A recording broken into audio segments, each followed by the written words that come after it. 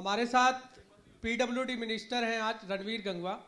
हालांकि परिचय की मोहताज तो नहीं है क्योंकि इनके लिए 2 लाइनें भी बनती हैं। वो लाइनें भी इसलिए हैं कि मेहनत से उठा हूँ, मेहनत की कदर जानता हूँ, आसमान से ज़्यादा ज़मीन की कदर जानता हूँ। तो मैंने इसलिए कहा कि क्योंकि आपका जो राजनीतिक कैरियर है वो विरासत में आपको राजनीति नहीं मिली है, बड़े ही आपने फर्ज से अर्ज तक अपनी पहचान बनाई और शुरू में जिला परिषद का चुनाव आपने जीता, उसके बाद आज बतौर कैबिनेट मिनिस्टर हैं। तो आज हमारा इंडिया न्यूज़ हरियाणा का खास कार्यक्रम मंच 100 दिन सरकार के। तो सबसे पहले आपसे बेहतर जनता की नब्ज कौन जान सकता है, क्योंकि आपने फर्ज से अर्ज तक का सफर तय किया। तो 100 दिन सरकार पर मंत्री जी किस तरह के रहे? आपको क्या लगता है कि आपके विभाग की अगर हम चर्चा कर लें तो ऐसी क्या उपलब्धि आपने 100 दिन में हासिल की जो जनता को, क्योंकि आपके पास बतौर सड़कों का जाल बिछाने का अहम मुद्दा है और जब सड़कें अच्छी होंगी तो लोग उस पर चल सकेंगे। तो बतौर 100 दिन कैसे रहे आपके अब तक के? धन्यवाद ग्रोवर जी। देखिए, जैसे आपको पता ही है कि भारतीय जनता पार्टी की सरकार लगातार तीसरी बार इस बार बनी है और प्रचंड बहुमत के साथ बनी है, पहले से भी ज़्यादा बहुमत के साथ। जहां इस बात की हमें खुशी है वहीं हमें इस बात का एहसास भी है कि जो विश्वास प्रदेश की जनता ने किया है उस पर हमें खरे उतरना है। और इन 100 दिनों के अंदर 100 दिन नहीं, एक एक दिन का हिसाब भी सरकार जो है वो दे सकती है। पहले दिन से ही सरकार जो है एक्टिव मोड में रही। जो हमने अपने संकल्प पत्र के माध्यम से प्रदेश के लोगों से वायदे किए उस पे हमने खरा उतरने का काम किया। पर्टिकुलर आपने पीडब्ल्यूडी की बात की है। इन 100 दिनों के अंदर हमने अनेक कार्य पीडब्ल्यूडी के अंदर भी जो है किए हैं। हमने लगभग 233 करोड़ रुपए की लागत से 544 किलोमीटर की जो रोड्स है उनके रिपेयर करने का काम किया। हमने जो एक आरओबी का उसका उद्घाटन करने का काम किया। अनेक जो हमारे जो भवन बन करके तैयार हुए उनको हमने उद्घाटन करने का काम किया, जनता को समर्पित करने का काम जो है वो किया। और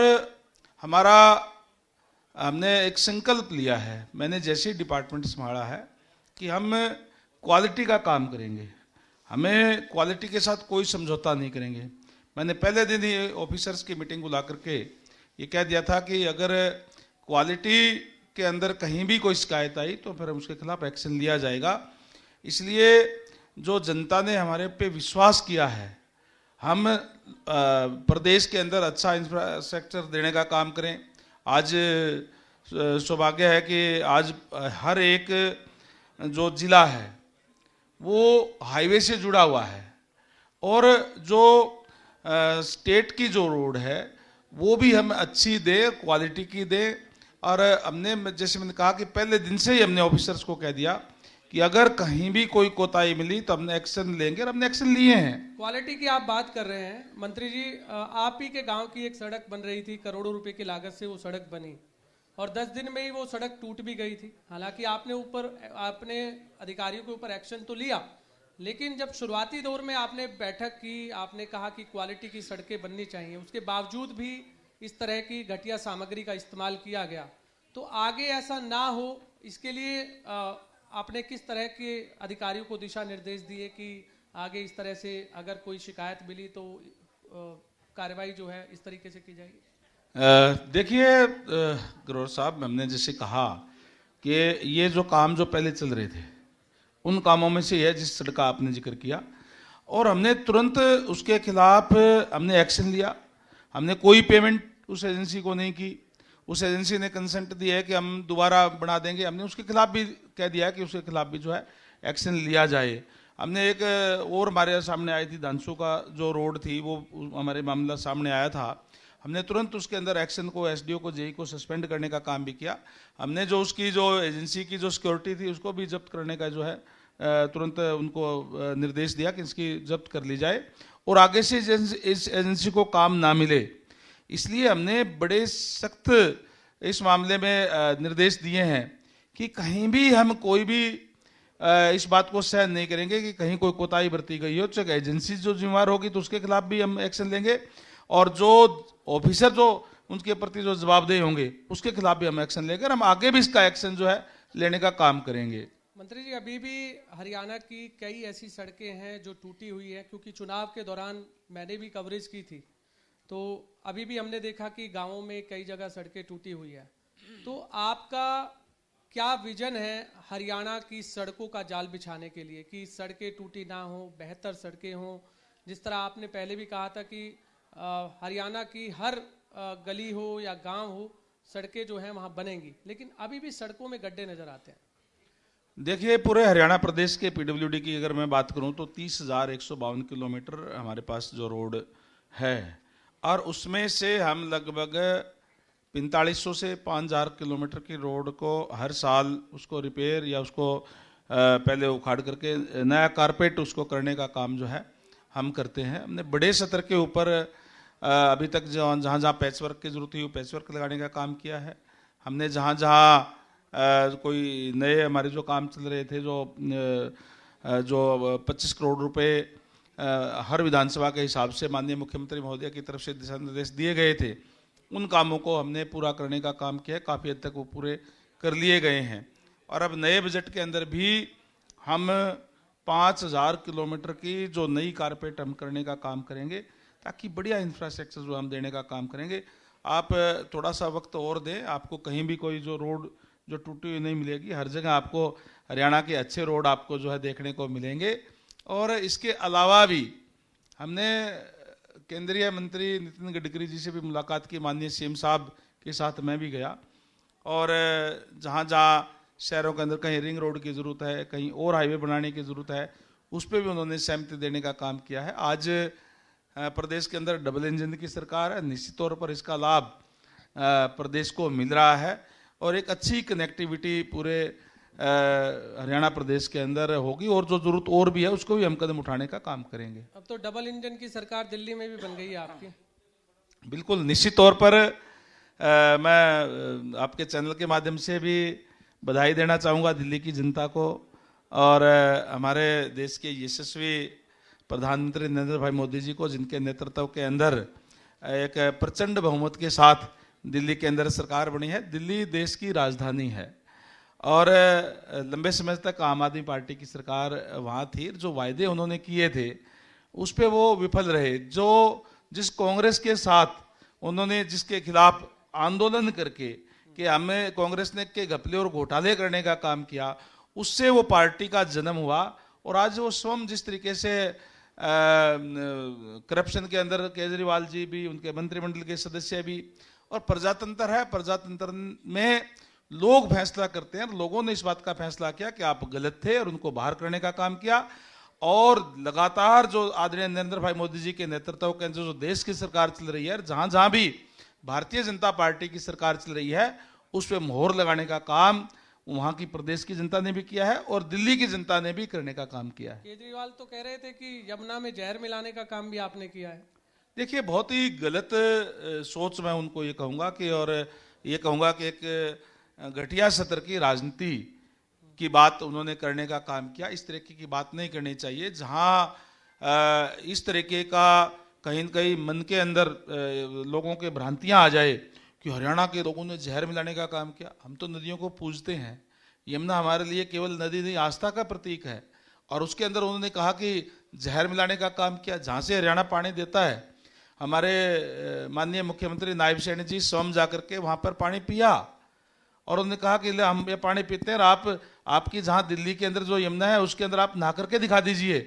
अपना दोष दूसरे पे डालना, ये केजरीवाल जी की नीति थी, और लोगों ने उस बात को देखा। क्योंकि अपना ना तो वो ठीक तरीके से पानी का मैनेजमेंट कर पाए, ना उसको यमुना को सफाई रखने की व्यवस्था कर पाए, और वो अपने मिशन के अंदर फेल होकर के हरियाणा सरकार के ऊपर उन्होंने जो है लांछन लगाने का काम किया। और दिल्ली की जनता ने भी उसको देखा, और उनको सबक सिखाने का काम दिल्ली की जनता ने किया। आपके पास दो अहम मंत्रालय हैं। पीडब्ल्यूडी की तो हमने बात की, लेकिन पब्लिक हेल्थ भी एक मेन जो है हम कहेंगे विभाग आपके पास है। हर घर नल से जल पहुंचे, इसकी क्या प्लानिंग आपके पास है? अभी क्या आपको लगता है कि हर गांव में हर नल में जल इस समय है? देखिए, माननीय प्रधानमंत्री जी का नारा है कि हर घर में नल और नल में स्वच्छ जल। हम उस नारे को साकार करने का काम कर रहे हैं।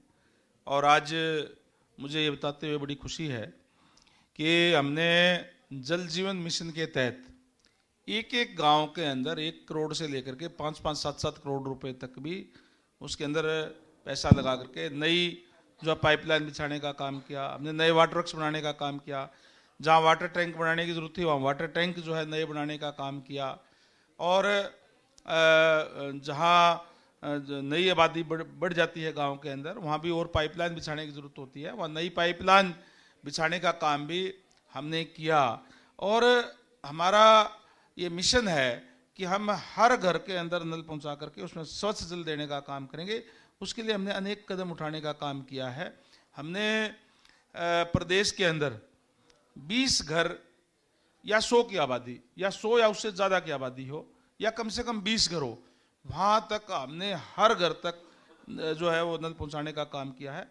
अगला हमारा टारगेट ये है कि जो वहाँ 100 से कम आबादी हो और 20 घरों से भी कम लोग जहाँ रहते हों, वहाँ तक भी उन ढाणियों के अंदर भी हम पानी पहुँचाने का काम करें ताकि लोगों को पीने के पानी की कोई दिक्कत परेशानी जो है वो ना हो। हरियाणा के अंदर 7,299 गांव हैं, जिसमें से लगभग 40% जो है वो नहरी पानी से जो है वो आपूर्ति होती है, जल आपूर्ति होती है। बाकी जगह पे ट्यूबवेल लगा करके ट्यूबवेल की पानी से हम आपूर्ति करने का काम जो है गाँव के अंदर करते हैं। और हमने इन 100 दिनों के अंदर भी अनेक जगह पे हमने नई पाइपलाइन बिछाने का भी काम किया है, हमने नए ट्यूबवेल लगाने का भी काम किया है ताकि लोगों को कोई दिक्कत परेशानी ना हो। कई इलाके ऐसे भी हैं अभी जो डार्क जोन में हैं, क्योंकि अगर दक्षिणी हरियाणा की बात कर ले तो कई इलाके जो डार्क जोन में हैं, उनके लिए भी क्या आपकी प्लानिंग है कि पानी मिल सके लोगों को? मैं धन्यवाद करूंगा हमारे पूर्व मुख्यमंत्री आदरणीय मनोहर लाल जी का, जिन्होंने जहाँ पे दक्षिण हरियाणा की बात आपने की, जहाँ तक पानी गया नहीं था वहाँ तक भी उन्होंने पानी पहुँचाने का काम किया है नहर का। और हम कोशिश करेंगे कि जहाँ जहाँ भी नहर का पानी पहुँच गया है वहाँ वहाँ हम नहरी पानी की भी जो है आपूर्ति देने का काम लोगों को जो है वो करेंगे। इसके अलावा भी हमने जो हरियाणा प्रदेश के अंदर जितने 10,000 या उससे ऊपर की आबादी के जो गांव हैं उनको महाग्राम योजना के अंदर लेने का काम किया है। हमने चिन्हित किए हैं ऐसे गांव, लगभग 144 गांव हमने चिन्हित किए हैं जो जिनकी आबादी 10,000 या उससे ऊपर है। और उसमें से 16 गाँव के अंदर अब काम बड़ी गति से चल रहा है, बहुत कम उसका काम रह गया, कंप्लीट होने को है। 5 गाँव के अंदर कंप्लीट हो भी चुका है महाग्राम का, जिसके अंदर हम 140 लीटर पर कैपिटा के हिसाब से हम जो पानी देते हैं, सीवरेज की व्यवस्था देते हैं, ताकि जो सुविधाएं जो शहर के अंदर लोगों को मिलती है वो भी गाँव के अंदर मिल सके। इस बात के लिए हमने महाग्राम योजना चला करके और महाग्राम गाँव के अंदर भी वो सारी सुविधाएं देने का काम किया है। और उसके अंदर सीवरेज भी हम देते हैं, नया वाटर वर्क्स भी बनाते हैं, पानी की व्यवस्था भी ज़्यादा करने का काम करते हैं, ताकि जो लोग गांव से शहर की तरफ भागते हैं वो गांव के अंदर ही रह करके उनको सारी सुविधाएं जो है वो दी जा सके। इसमें लगभग 34 गाँव पे अभी जो है और हमने उस पर मंजूरी हो गई है, उसके आने वाले दिनों के अंदर उसमें भी काम शुरू हो जाएगा। और धीरे धीरे हमारा टारगेट है कि हम इस जो 5 साल है इसके अंदर हम इन सारी जो गांव है उनको महाग्राम वाले उनको महाग्राम योजना के अंदर ला करके उसके अंदर वो सारी सुविधाएं लोगों को देने का काम करें, सीवरेज की, पानी की जो है पूरी अच्छे व्यवस्था दे करके लोगों को सारी वो सुख और सुविधाएं हम दें। हरियाणा में जब तीसरी बार आपकी सरकार बनी और हमने देखा अब दिल्ली में भी आपकी सरकार बनी है, तो लगातार कांग्रेस जो है वो ईवीएम पर सवाल उठा रही है। आज कांग्रेस का एक डेलीगेशन राज्य चुनाव आयोग से मिल रहा है और ईवीएम से नहीं बैलेट पेपर से चुनाव होने चाहिए, बार बार ये मांग भी कर रहा है। तो अगर आपको लगता है कि ईवीएम जिस तरह आरोप कांग्रेस लगा रही है कि ईवीएम से बीजेपी जीत रही है, ईवीएम में गड़बड़ी होती है, आपने भी देखा जो आरोप प्रत्यारोप लगे, तो इस आरोप प्रत्यारोप को आप कैसा देखते हैं कांग्रेस के जो लगातार ईवीएम पर सवाल खड़ा कर रहे हैं? देखिए, कांग्रेस को भी अच्छी तरीके से पता है कि ईवीएम में कोई गड़बड़ नहीं है। वो जा रहे हैं आज चुनाव आयोग के पास, वो इसलिए नहीं जा रहे हैं कि ईवीएम में गड़बड़ है, वो इसलिए जा रहे हैं कि आगे की प्लानिंग बना करके चुनाव के बाद में हमने ईवीएम पे ठीकरा फोड़ना है। क्योंकि जिस तरीके का माहौल है, आपने देखा कि पूरे प्रदेश के अंदर भारतीय जनता पार्टी की लहर है। क्योंकि जिस तरीके से भारतीय जनता पार्टी ने ट्रांसपेरेंसी से काम किया है, बिना भेदभाव के युवाओं के साथ जो है न्याय करने का काम किया है, इसलिए आज भारतीय जनता पार्टी के साथ प्रदेश के लोग हैं। और निश्चित तौर पर मैं ये कह सकता हूँ कि इस जो निकाय चुनाव के अंदर हम सिंबल पे चुनाव लड़ा रहे हैं और हमारे उम्मीदवार सारे के सारे जीत करके आएंगे। कांग्रेस का कहीं कोई खाता भी नहीं खुलने वाला। निकाय चुनाव से पहले ही कांग्रेस कह रही है ना कि बैलेट पेपर पे कांग्रेस पार्टी के साथियों से मैं कहना चाहूंगा कि आप ईवीएम पे ठीकरा फोड़ने की बजाय, ईवीएम से गड़बड़ नहीं होती। अगर उनकी आज ये हालत हुई है तो उन्होंने जो अपने 10 साल का जो शासन था भारतीय जनता पार्टी की सरकार बनने से पहले, उन 10 सालों का उनका जो कार्यकलाप था, जिस तरीके से उन्होंने युवाओं के साथ धोखा करने का काम किया, नौकरियां बेचने का काम किया, ये अगर विकास कार्यों की कोई बात थी तो केवल और केवल एक क्षेत्र ही उनको दिखाई दिया। जो इन्होंने इस तरीके के कार्य किए, जो प्रदेश को लूटने का काम किया, हर रोज नए घोटाले करने का काम किया, सेज के नाम किसानों की जमीन लूटने का काम किया, 4 और 6 के सेक्शन लगा करके किसानों को डरा करके अपने बिल्डर भेज करके और फिर उसको रिलीज करके अपने लोगों को जमीनें जो है वो दिलाने का काम किया।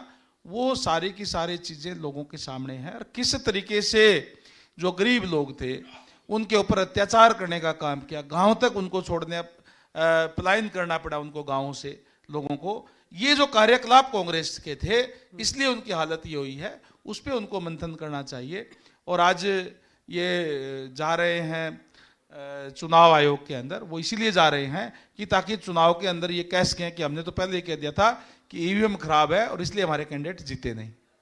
बरवाला सीट आपके लिए पहली विधानसभा सीट थी जहां से आप चुनाव लड़े। हालांकि वहां भाजपा का कमल कभी खिला नहीं था और 28 साल बाद भाजपा का कमल आपने खिलाया वहां पर।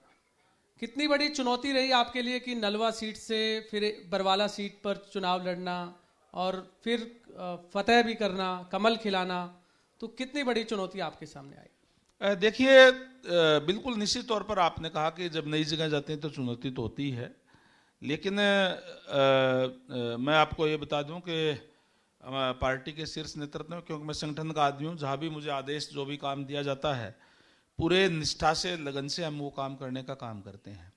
मैं धन्यवाद करूँगा आपके चैनल के माध्यम से भी बरवाड़ा की जनता का कि केवल 2 दिन पहले मुझे ये कहा गया कि आपको नड़वा की बजाय बरवाड़ा से चुनाव लड़ना है, और साथ में एक जिम्मेदारी भी दी गई कि जहां आपको नड़वा से, जहां बरवाड़ा में कमल खिलाना है, वहीं नड़वा का बरकरार भी आप लोग आपके माध्यम से, आपके सहयोग से वो रखना है।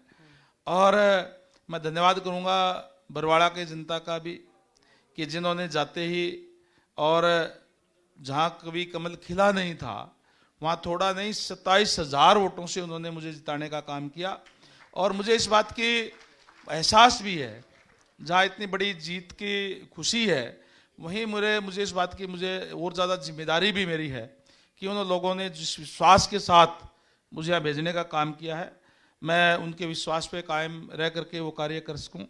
और लगातार पहले दिन से ही मैंने, चाहे बरवाड़ा के अंदर, चाहे वो वहाँ के सीवरेज व्यवस्था की दिक्कत की परेशानी थी, चाहे वो वहाँ पे कुछ एक जो मालिकाना हक की बड़ी दिक्कत है, बरवाड़ा के अंदर मैं कहूँ जिस तरीके का कस्बा है उस तरीके के विकास वहाँ नहीं हो पाया और बहुत ज़्यादा विकास करने की वहाँ ज़रूरत है। हमने वो तमाम कार्यों पे उस पर जो है वो शुरुआत कर दी है। इसके साथ साथ मैं नड़वा की जनता के भी धन्यवाद करूँगा कि जहाँ जहाँ भी मैं गया और वहाँ एक तरफा उन्होंने वोट डाल करके हमारे नड़वा से भी जो है, जो मुझे जिम्मेदारी दी गई थी पार्टी हाईकमांड की तरफ से कि वहाँ भी आपको कमल जो बरकरार रखना, वो भी बरकरार रखने का काम उन्होंने किया। बहुत बहुत धन्यवाद मंत्री जी, आपने समय दिया इंडिया न्यूज के खास कार्यक्रम मंच पर, और इसी तरह से हम आगे उम्मीद करते हैं, और हरियाणा की जनता को भी आपसे उम्मीदें हैं कि हरियाणा की जो सड़कें हैं वो अच्छी खासी होनी चाहिए, ताकि लोग जो हैं उन गड्ढे, सड़कों वाली गड्ढों पे ना चलकर एकदम स्मूथ सड़कों पर चलें। बहुत बहुत धन्यवाद सर। बिल्कुल, धन्यवाद जी, नमस्कार।